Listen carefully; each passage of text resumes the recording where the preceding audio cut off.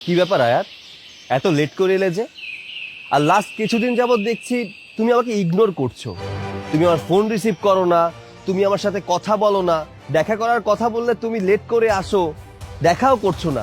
কি হয়েছেটা কি আমাকে বলো তো। আচ্ছা, আগে তো কখনো এমনটা করোনি। আগে এমন কইনি জন্য যে এখন করতে পারবো না এমন তো কোনো কথা নেই। আর আজকে তোমাকে আমি একটা কথা বলার জন্য এখানে ডেকেছি। আমি তোমার সাথে আর কোনো রকম কোনো রিলেশন রাখতে পারবো না।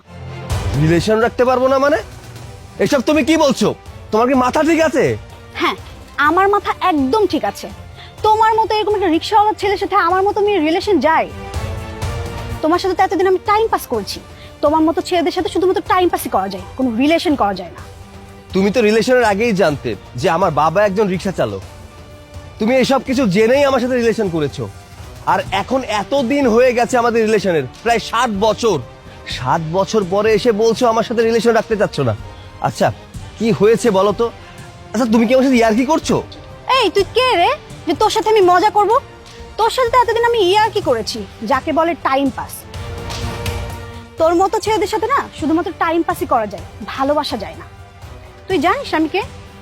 আমি এই শহরের নাম করা বিজনেসম্যানের একমাত্র মেয়ে। হ্যাঁ, তুই তুই তো একটা সামান্য রিক্সাওয়ালার ছেলে। তুই কোনদিন শুনেছিস তেল আর জল এক হয়? তোর যে চেহারা, তাতে তো তুই কাজের বর মেয়েও পাবি না। আর সেখানে আমি আমার মতো এরকম একটা কোটিপতির মেয়েকে নিয়ে তুই স্বপ্ন দেখিস? আমার মতো কোটিপতির মেয়েকে ভালোবাসতে একটা লেভেল লাগে, যেটা তোর মধ্যে নেই। আর তোকে কি বলে জানিস? তোকে বলে বামন। আমি হচ্ছে গিয়ে চাঁদ। কোনদিন শুনেছিস বামন হয়ে চাঁদে হাত দিতে পেরেছে? তুইও কোনোদিন পারবি না। তোর মতো ছেলের কোনো যোগ্যতাই নেই আমার পাশে দাঁড়ানোর। তোর এই মুখ আমি আর কোনোদিন দেখতে চাই না, কোনোদিন আমার সামনে আসবি না। আর আমার পাশে তুই না, কোটিপতির ছেলে মানে। আর এই জন্যই আমার বাবা আমার বিয়ে ঠিক করেছে। নেক্সট মাসের 4 তারিখে আমার বিয়ে। কার সাথে জানিস? এই শহরের নাম করা বিজনেসম্যান আফজাল চৌধুরীর একমাত্র ছেলের সাথে। ও আমাকে বিয়ের পর সোজা আমেরিকা নিয়ে যাবে। আর তোকে যদি আমি বিয়ে করি, তাহলে তো তুই এখানে আমাকে ফকিরের মতো করে রাখবি। আর ওকে বিয়ে করলে আমি রাজরানীর মতো জীবন পাবো।